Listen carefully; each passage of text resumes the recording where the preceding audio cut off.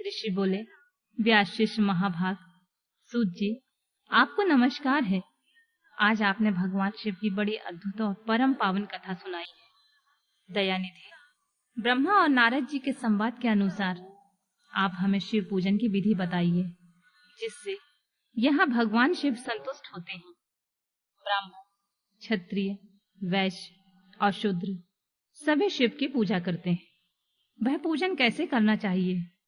आपने व्यास जी के मुख से इस विषय को जिस प्रकार सुना हो, वह हमें भी बताइए। महर्षियों का वह कल्याणप्रद एवं श्रुति सम्मत वचन सुनकर सूत जी ने उन मुनियों के प्रश्न के अनुसार सब बातें प्रसन्नता पूर्वक बताईं। सूत जी बोले, मुनीश्वरों, आपने बहुत अच्छी बात पूछी है, परंतु वह रहस्य की बात है कि मैंने इस विषय को जैसे सुना है, वैसे जैसी मेरी बुद्धि है, उसके अनुसार आज कुछ कह रहा हूँ। जैसे आप लोग पूछ रहे हैं, उसी तरह पूर्व काल में व्यास जी ने सनत कुमार जी से पूछा था। फिर उसे उपमन्यु जी ने भी सुना था। व्यास जी ने शिव पूजन आदि जो भी विषय सुना था, उसे सुनकर उन्होंने लोकहित की कामना से मुझे पढ़ा दिया था। इसी विषय को भगवान श्री कृष्ण ने महात्मा उपमन्यु से पूछा था। इसी विषय को भगवान श्री कृष्ण ने महात्मा उपमन्यु से सुना था। पूर्व काल में ब्रह्मा ने नारद जी से इस विषय में जो कुछ कहा था, वही मैं इस समय कहूंगा। ब्रह्मा जी ने कहा, नारद, मैं संक्षेप में लिंग पूजन की विधि बता रहा हूँ, सुनो। जैसा पहले कहा गया है, वैसा जो भगवान शंकर का सुखमय, निर्मल और सनातन रूप है, उसका उत्तम भक्ति भाव से पूजन करें। इससे समस्त मनोवांछित फलों की प्राप्ति होगी। दरिद्रता, रोग, दुख तथा शत्रु जनित पीड़ा, ये 4 प्रकार के पाप तभी तक रहते हैं जब तक मनुष्य भगवान शिव का पूजन नहीं करता है। भगवान शिव की पूजा होते ही सारे दुख विलीन हो जाते हैं और समस्त सुखों की प्राप्ति होती है। तत्पश्चात समय आने पर उपासक की मुक्ति भी होती है, जो मानव शरीर का आश्रय लेकर मुख्यतः संतान सुख की कामना करता है। उसे चाहिए कि वह संपूर्ण कार्यों और मनोरथों के साधक महादेव जी की पूजा करे। ब्राह्मण, क्षत्रिय, वैश्य और शूद्र भी संपूर्ण कामनाओं तथा प्रयोजनों की सिद्धि के लिए क्रम से विधि के अनुसार भगवान शंकर की पूजा करे।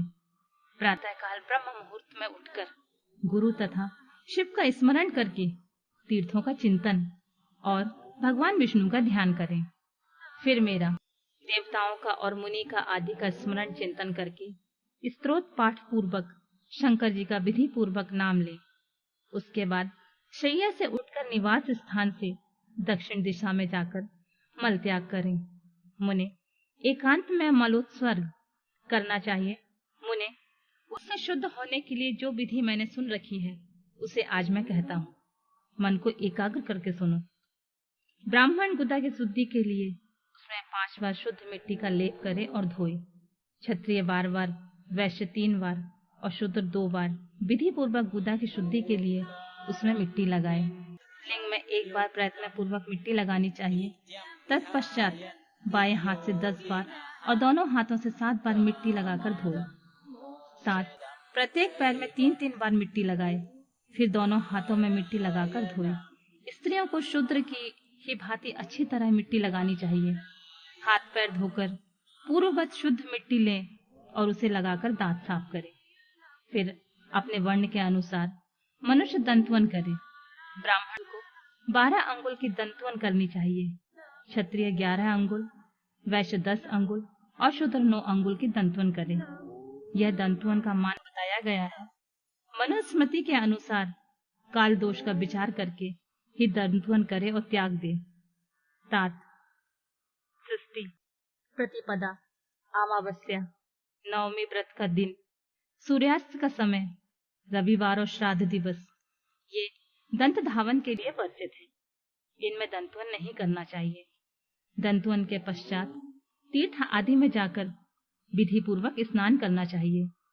विशेषतः देश काल आने पर मंत्रोच्चारण पूर्वक स्नान करना चाहिए। स्नान के पश्चात पहले आचमन करके वह धुला हुआ वस्त्र धारण करें। फिर सुंदर एकांत स्थल में बैठकर संध्या विधि का अनुष्ठान करें। यथा योग संध्या विधि का पालन करके पूजा का कार्य आरंभ करें। मन को सुस्थिर करके पूजा गृह में प्रवेश करें। वहां पूजन सामग्री लेकर सुंदर आसन पर बैठें। फिर न्यास आदि करके क्रमशः महादेव जी का पूजा करें। शिव जी की पूजा से पहले गणेश जी की, द्वारपालों की और दिक्पालों की भी भली भांति पूजा करके पीछे देवताओं के लिए पीठ स्थान की कल्पना करें, अथवा अष्टदल कमल बनाकर पूजा द्रव्य के समीप बैठे और उस पर कमल पर ही भगवान शिव को समासीन करें।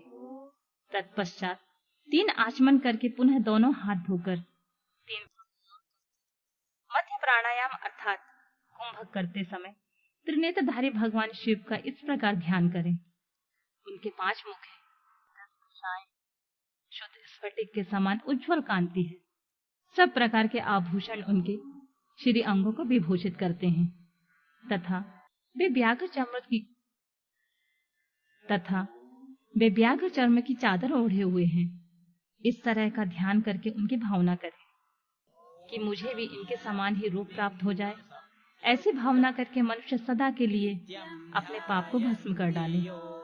इस प्रकार भावना द्वारा शिव का ही शरीर धारण करके उन परमेश्वर की पूजा करें। शरीर शुद्ध करके मूल मंत्र द्वारा क्रमशः न्यास करें। पाद्य, अर्घ्य और आचमन के लिए पात्रों को तैयार करके रखें। बुद्धिमान पुरुष विधि पूर्वक भिन्न भिन्न प्रकार के 9 कलश स्थापित करें। उन्हें कुशाओं से ढककर रखें और कुशाओं से ही जल लेकर उन सब का प्रोक्षण करें। तत्पश्चात उन सभी पात्रों में शीतल जल डालें। फिर बुद्धिमान पुरुष देखभाल कर प्रणव मंत्र के द्वारा उनमें 99 द्रवों को डालें। खस और चंदन से पाद्या पात्र में रखे चमेली के फूल, शीतल चीनी, कपूर, बड़ की जड़ और तमाल, इन सबको यथोचित रूप से कूट पीसकर चूर्ण बना लें और आचमनीय के पात्र में डालें। इलायची और चंदन को भी सभी पात्रों में डालना चाहिए। देवाधिदेव महादेव के पार्श्व भाग में नंदीश्वर का पूजन करें। गंध, धूप तथा भांति भांति के दीपों द्वारा शिव की पूजा करें। फिर लिंग शुद्धि करके मनुष्य प्रसन्नता पूर्वक मंत्र समूहों के आदि का प्रणव तथा अंत में नमः पद जोड़कर उनके द्वारा इष्ट देव के लिए यथोचित आसन की कल्पना करें। फिर प्रणव से पद्यासन की कल्पना करके यह भावना करें कि इस कमल का पूर्व दल साक्षात अणिमा नामक ऐश्वर्य रूप तथा अविनाशी है। दक्षिण दल लघिमा है, पश्चिम दल महिमा है, उत्तर दल प्राप्ति है, अग्निकोण का दल प्राकाम्य है और नेतृत्व कोण का दल इंशित्व है। वायव्य कोण का दल वशित्व है। ईशान कोण का दल सर्वज्ञ है। उस कमल के कर्णिक को सोम कहा जाता है।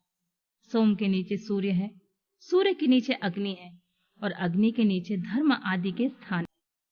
क्रमशः ऐसी कल्पना करने के पश्चात चारों दिशाओं में अव्यक्त महत्व, अहंकार और उनके विकारों की कल्पना करें। सोम के अंत में सत्व, रज और तम, इन तीनों गुणों की कल्पना करें। इसके बाद सद्योजातम, प्रपद्यामि इत्यादि मंत्र से परमेश्वर शिव का आवाहन करके ओम वासुदेवाय नमः इत्यादि वामदेव मंत्र से इन्हें आसन पर विराजमान करें।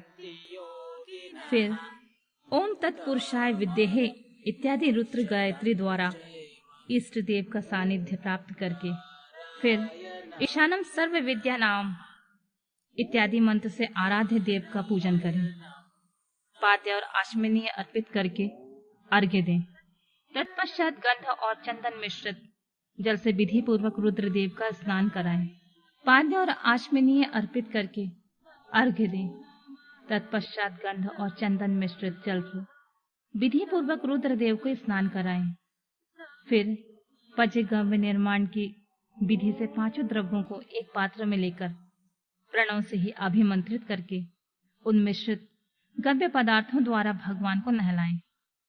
तत्पश्चात पृथक पृथक दही, दूध, मधु, गन्ने का रस तथा घी से नहलाकर समस्त अभीष्टों के दाता और हितकारी पूजनीय महादेव जी का प्रणव के उच्चारण पूर्वक पवित्र द्रव्यों द्वारा अभिषेक करें। पवित्र जल पात्रों में मंत्रोच्चारण पूर्वक जल डालें।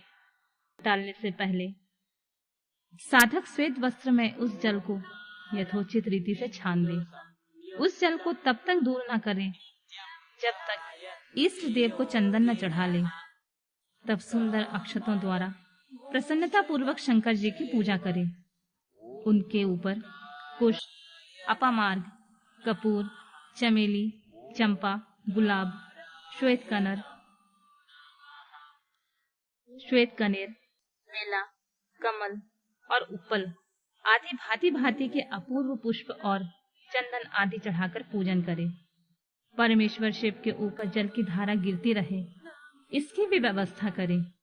जल से भरे भांति भांति के पात्रों द्वारा महेश्वर को नहलाएं। मंत्र उच्चारण पूर्वक द्वारा पूजन करना चाहिए। वह समस्त फलों को देने वाली होती है। तात, अब मैं तुम्हें समस्त मनोवांछित कामनाओं की सिद्धि के लिए उन पूजा संबंधी मंत्रों को भी संक्षेप में बता रहा हूँ। सावधानी के साथ सुनो। पावमान मंत्र से, वामयांग में इत्यादि मंत्र से, रुद्र मंत्र तथा नील रुद्र मंत्र से, सुंदर एवं शुभ पुरुष सूक्त से, श्री सूक्त से, सुंदर अथर्व शीर्ष के मंत्र से, आ, नो, भद्रायाम इत्यादि शक्ति मंत्र से, शांति संबंधी दूसरे मंत्रों से, हरुण्य मंत्र और अरुण मंत्रों से, अर्थवीष्टाम तथा देवव्रत साम से इत्यादि महामृत्युंजय से तथा पंचाक्षर मंत्र से पूजा करें। 1 सहस्त्र अथवा 101 जल धाराएं गिराने की व्यवस्था करें। ये सब वेद मार्गों से अथवा नाम मंत्रों से करना चाहिए। तदंतर भगवान शंकर के ऊपर चंदन और फूल आदि चढ़ाएं। प्रणव से ही मुखवास अर्पित करें। इसके बाद जो स्फटिक मणि के समान निर्मल, निष्कल, अविनाशी, सर्वलोक कारण, सर्वलोकमय परम देव है, जो ब्रह्मा, रुद्र, इंद्र और विष्णु आदि देवताओं की भी दृष्टि में नहीं आते हैं, वेद वेत्ता विद्वानों ने जिन्हें वेदांत में वनवाणी के अगोचर बताया है, जो आदि, मध्य और अंत से रहित तथा समस्त रोगियों के लिए औषध रूप है, जिनके शिव तत्व के नाम से ख्याति है तथा जो शिवलिंग के रूप में प्रतिष्ठित है, उन भगवान शिव का शिवलिंग के मस्तक पर प्रणव मंत्र से ही पूजन करें। धूप, दीप, नैवेद्य, सुंदर तांबुल एवं सुरम में आरती द्वारा यथोक्त विधि से पूजा करके स्तोत्रों तथा अन्य नाना प्रकार के मंत्रों द्वारा उन्हें नमस्कार करें। फिर अर्घ्य देकर भगवान के चरणों में फूल बिखेरें तथा साष्टांग प्रणाम करके देवेश्वर शिव की आराधना करें। फिर हाथ में फूल लेकर खड़े होकर दोनों हाथ जोड़कर मंत्र से सर्वेश्वर शंकर की पुनः प्रार्थना करें। कल्याणकारी शिव, मैंने अनजाने में अथवा जानबूझकर जो जब पूजा आदि सत्कर्म किए हैं, वे आपकी कृपा से सफल हो। इस प्रकार पढ़कर भगवान शिव के ऊपर प्रसन्नता पूर्वक फूल चढ़ाएं। स्वास्थ्य वाचन करके नाना प्रकार की आश्रय प्रार्थना करें। फिर शिव के ऊपर मार्जन करना चाहिए। मार्जन के बाद नमस्कार करके अपराध के लिए क्षमा प्रार्थना करते हुए पुनरागमन के लिए विसर्जन करना चाहिए। इसके बाद आज्ञा से आरंभ होने वाले मंत्र का उच्चारण करके नमस्कार करें। फिर संपूर्ण भाव से विभोर होकर प्रार्थना करें। प्रत्येक जन्म में मेरी शिव की भक्ति हो, शिव में भक्ति हो, शिव में भक्ति हो। शिव के सिवा दूसरा कोई मुझे शरण नहीं देने वाला। महादेव, आप ही मेरे लिए शरण दाता हैं। इस प्रकार प्रार्थना करके संपूर्ण सिद्धियों के दाता देवेश्वर शिव की पराशक्ति के द्वारा पूजन करें। विशेषतः गले की आवाज से भगवान को संतुष्ट करें। फिर सपरिवार नमस्कार करके अनुपम प्रसन्नता का अनुभव करते हुए समस्त लौकिक कार्य सुखपूर्वक करता रहे। जो इस प्रकार शिव परायण होकर प्रतिदिन पूजन करता है, उसे अवश्य ही पग पग पर सब प्रकार की सिद्धियां प्राप्त होती हैं। वह एक उत्तम वक्ता होता है और उसे मनोवांछित फल की निश्चित ही प्राप्ति होती है। रोग, दुख, दूसरों से निमित्त होने वाला उद्वेग, कुटिलता एवं विष आदि के रूप में जो जो कष्ट उपस्थित होता है, उसे कल्याणकारी परम शिव अवश्य नष्ट कर देते हैं। उस उपासक का कल्याण होता है। भगवान शंकर की पूजा से उसमें अवश्य सद्गुणों की वृद्धि होती है। ठीक उसी तरह जैसे शुक्ल पक्ष में चंद्रमा बढ़ते हैं, मुनि श्रेष्ठ नारद, इस प्रकार मैंने शिव की पूजा का विधान बताया। अब तुम और क्या सुनना चाहते हो? कौन सा प्रश्न पूछने वाले हो?